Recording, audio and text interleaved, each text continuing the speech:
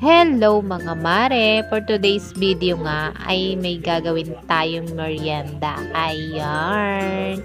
At ito na nga, may natira nga pala ako ditong isang balinghoy or isang kamuting kahoy. Ayan! At hinati ko nga lang sa dalawang mga mare at ating babalatan itong ating balinghoy. Ayan. After ko nga itong mabalatan mga mare, syempre ating huhugasan naman at para naman malinis ang ating gagawing merienda. Ayan. Gagawin nga natin itong saludsod mga mare. Ayan. Para may pang merienda tayo sa ating mga bagets na lagi na lang hingi ng hingi kay mama ng tinapay. Para naman nga maibang mga mare, itong saludsod naman ang ating ipapatikim sa ating mga batuta. Ayan.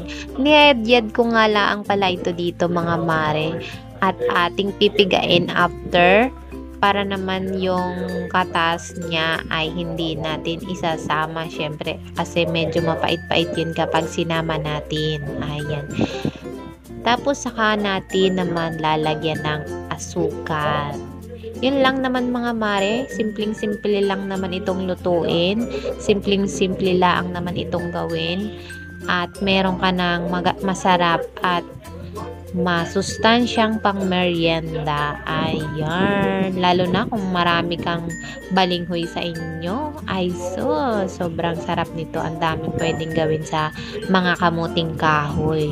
Masarap nga din ito sa kasaba cake mga mare, na try ko na rin nga yung lutuin, ay talaga namang panalo. Ayan na nga, tayo nga ay nag-prepare na dito ng ating kawali.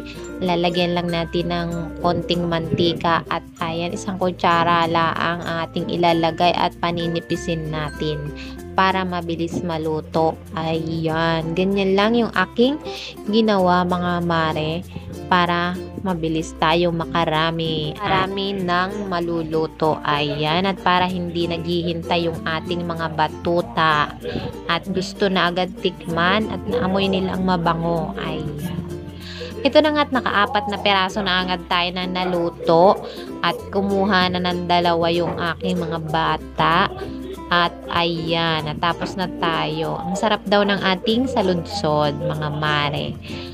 Ayan, at masarap talaga yan na partner sa kape kahit sobrang init ng panahon. Ay, talaga namang ako'y napapakape mga mare. Ayan na nga.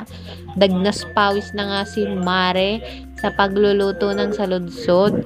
Siyempre, titikman ko rin naman ang aking niluto kung masarap. Char. Lagi naman akong tikim ng tikim pag ako ang nagluluto. Aba, ay siyempre naman. Ako na nga ang nagpagod ay hindi pa ako kakain. Abay, kakain din tayo kahit isang piraso lang. Diba mga mare? Kaya na nga nagpapaypay nga ako at ako'y naiinitan. Naiinitan pero nagkakape. Yun lang mga mare.